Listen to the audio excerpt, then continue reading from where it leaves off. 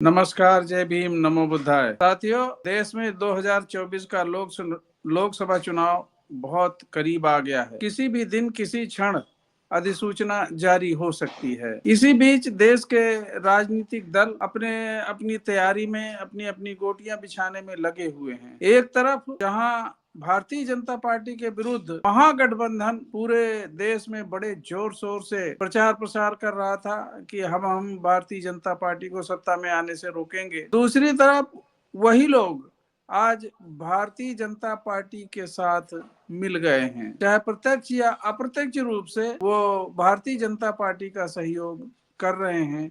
वो गठबंधन आज जमीनी स्तर पर नजर नहीं आ रहा। इस गठबंधन या इस चुनाव की जोड़ तोड़ में बहुजन समाज पार्टी भी पहले की तरह शांत, कोई स्टेटमेंट नहीं, कोई हलचल नहीं, कोई दिखावापन नहीं, बस वो अपने स्तर से अपने कार्यकर्ताओं के लेवल पे, जमीन स्तर पे मिशन की तरह जिस तरह से चुनाव हो या ना हो वो लगी रहती है, अपना काम कर रही है।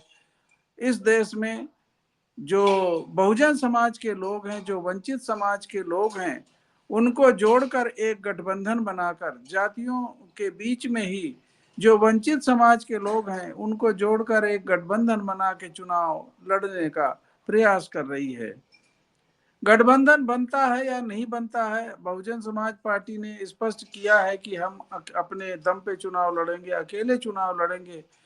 गठबंधन का कोई फायदा बहुजन समाज पार्टी को मिलता नहीं है, उनके वोट मिलते नहीं है।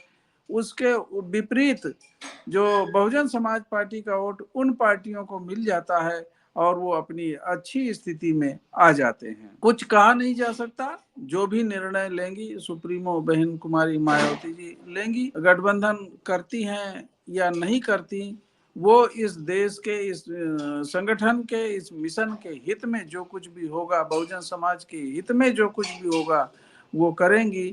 उनका राजनीतिक करियर, उनका अनुभव, उनका विश्लेषण, राजनीतिक जो दांव पेच है वो वाकिफ हैं, अच्छे अच्छे उनके सामने झुकते हैं और उनका लोहा मानते हैं। तो बहुजन समाज पार्टी गठबंधन करती है अथवा नहीं करती है, ये आगे आने वाला समय बताएगा। लेकिन देश इस चुनाव के बाद देश की तकदीर या तस्वीर क्या होगी, इस पे लोग चिंतित हैं। बुद्धिजीवी वर्ग हो, किसान हो, मजदूर हो, यहाँ का स्टूडेंट्स हो, या समाज के ऐसे दबे कुचले लोग जो सताए जाते रहे, जिनका शोषण होता रहा है, आज भी वो इससे मुक्त नहीं हुए हैं। वे अपने शोषण से, अपनी गुलामी से मुक्ति चाहते हैं। वे चाहते हैं एक अच्छी जिंदगी बसर करना। आज जिस तरह से महंगाई है, आम आदमी को आज जीना मुश्किल है। जो मजदूर तबके का लोग है, जो लोग हैं, मजदूर लोग हैं, किसान लोग हैं, वे 2 जून की रोटी का जुगाड़ करने में परेशान हो रहे हैं। महंगाई चरम सीमा पर है। बेरोजगारी, उत्तर प्रदेश ले लीजिए कि कम से कम 10 ऐसे एग्जाम हो चुके हैं जिनमें पर्चा लीक हो गया और एग्जाम कैंसिल कर दिया गया। लोगों की एज निकल गई है, अब वो अपना भविष्य कहाँ ढूंढे, वे परेशान है। कोई आत्महत्या कर रहा है, कोई अच्छे पढ़े लिखे लोग कहीं मजदूरी कर रहे हैं, कहीं कोई अपना छोटा मोटा पेट पालने के लिए धंधा कर रहे हैं। साथियों, बेरोजगारी चरम स्थिति पे है, गरीबी भुखमरी चरम स्थिति पे है। जिस देश का प्रधानमंत्री सरेआम ये कहता हो कि 80 करोड़ लोगों को हम अनाज दे रहे हैं, मुफ्त का अनाज दे रहे हैं, वो ये सोचा जा सकता है कि 140 करोड़ के लोगों में ये 80 करोड़ को जहां मुफ्त का अनाज मिल रहा है, उस देश की स्थिति क्या होगी। अर्थात 80 करोड़ लोग, तो ये दिख रहा है कि गरीबी की रेखा के नीचे हैं। इसके अतिरिक्त आदिवासी इलाकों में या गांव में तमाम ऐसे लोग हैं जिनके राशन कार्ड नहीं बने, जिनके आधार कार्ड नहीं बने, तमाम ऐसे जो कहीं बाहर रहते हैं, जो गांव छोड़ के कहीं मजदूरी करते हैं, ऐसे तमाम लोग, कम से कम 20 करोड़ लोग ऐसे लोग हैं जिनका तो ना तो कोई राशन मिलता है, ना तो सरकारी कोई सुविधा मिलती है। वो कैसे भी है जंगलों में, जिनके छत भी नहीं है, गुजर बसर करने के लिए मजबूर हैं। तो लगभग 100 करोड़ लोग इस देश में गरीबी की रेखा के नीचे रह रहे हैं। ऐसे लोगों का ये चिंतित होना, हमारा भविष्य क्या होगा, हम इसी तरह से जीते रहेंगे, इसी तरह से मरते रहेंगे, तो चुनाव के बाद तस्वीर क्या हो देश में। जहां ऐसी गरीबी है वहीं लोग मंदिर बना रहे हैं। ऐसे ऐसे मंदिरों में अरबों खरबों रुपया पानी की तरह बहाया जा रहा है। सुख सुविधाएं वहां देखने लायक हैं। भगवानों के लिए जो सुख सुविधाएं उपलब्ध कराई जा रही हैं वो गरीब देख रहा है। एक तरफ कि राम आएंगे और कुटिया के भाग खुल जाएंगे, ऐसे ऐसे गीत गाए जा रहे हैं। गीत गाने वालों को इनाम दिया जा रहा है। प्रधानमंत्री खूब खुश हो रहे हैं, राम भक्त लोग खूब खुश हो रहे हैं। वहीं एक वीडियो आजकल वायरल हो रहा है, जरूर आप लोग देखिएगा। एक स्कूल का छोटा सा बच्चा, 7-8 साल का बच्चा, वो भी इसी तर्ज पे एक गाना गा रहा है कि हम स्कूल जाएंगे, हम पढ़े लिखेंगे तो हमारे भाग खुल जाएंगे, हम पीएम डीएम और आईएएस आईपीएस बन जाएंगे। ये गाना बहुत वायरल हो रहा है। जिस बच्चे को कोई अभी समझ भी पैदा नहीं हुई है, बच्चा भी इसी गाने की तर्ज पे स्कूल में सबके सामने बच्चे गाना वो उसके साथ मिलके गा रहे हैं। टीचर को वो गाना सुना रहा है कि मेरा भी गाना सुन लिया जाए।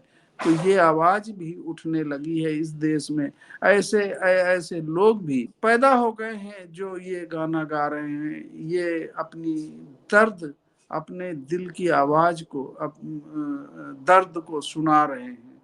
साथियों, उसका वीडियो, ना तो उसके पीछे बहुत बड़ा कोई मीडिया हाउस है, ना तो उसके प्रचार करने वाले लोग हैं, ना तो उसके कोई उसका साथ का कोई उसका उसका चाहने वाला कोई प्रधानमंत्री है, न मुख्यमंत्री है। लेकिन हाँ, वो जरूर उसकी आवाज कहीं ना कहीं जा रही है। तो इस देश के गरीब मजदूर लाचार लोगों की आज चिंता बढ़ गई है। पहले से इस बार का चुनाव भिन्न है। इस बार लोगों की चिंता गरीबी, भुखमरी, बेरोजगारी के साथ साथ लोकतंत्र को बचाने की, संविधान को 2024 का चुनाव क्या इस देश की तकदीर या तस्वीर बदलेगा। निश्चित है, ऐसा लग रहा है। देश की जनता को एक, जहां कोई मुद्दा नहीं होता था, जहां धार्मिक, सांप्रदायिक, जाति आधार पर चुनाव होता था, अभी भी हो रहा है, इसमें कोई शक नहीं। ये एक मुद्दा बहुत अभी खत्म होने वाला नहीं है इतनी जल्दी। लेकिन मूल मुद्दे, जो मूल समस्याएं हैं इस देश के नागरिकों की, वो इस चुनाव में जरूर प्रकट होंगी। बेरोजगारी, ये आज का जो युवक है जिस तरह से अपनी जिंदगी बर्बाद कर चुका है, इतने इतने एग्जाम देने के बाद वो पर्चे लीक हो गए, कोई उसका हश्र नहीं हुआ, उसकी उम्र चली गई, वो कहीं आत्महत्याएं कर रहा है, कहीं इस तरह से परेशान है। तो इस देश का बेरोजगार युवा परेशान है, इस देश के किसान परेशान हैं, उनके वो कहीं अपनी बात नहीं उठा सकते। इस देश का मजदूर, इस देश के लोग, कानून व्यवस्था से महिलाएं परेशान हैं। महिलाओं की सुरक्षा की कोई गारंटी नहीं है। सरकारें केवल अपनी अपनी प्रशंसा करने में व्यस्त हैं। अब अपने क्रियाकलापों को, विकसित भारत की कल्पना, मोदी की गारंटी की कल्पना, गारंटी ले रहे हैं। किस बात की गारंटी ले रहे हैं कि अमीर और अमीर हो जाएगा, यही गारंटी 10 साल से लेते आ रहे हैं, अब और लेंगे। गरीब का क्या होगा, ये इस बार का चुनाव निश्चित है कि तस्वीर बदलेगी भारत की, और कोई बड़ा परिवर्तन आएगा। जय भीम, नमो बुद्धाय, नमस्कार।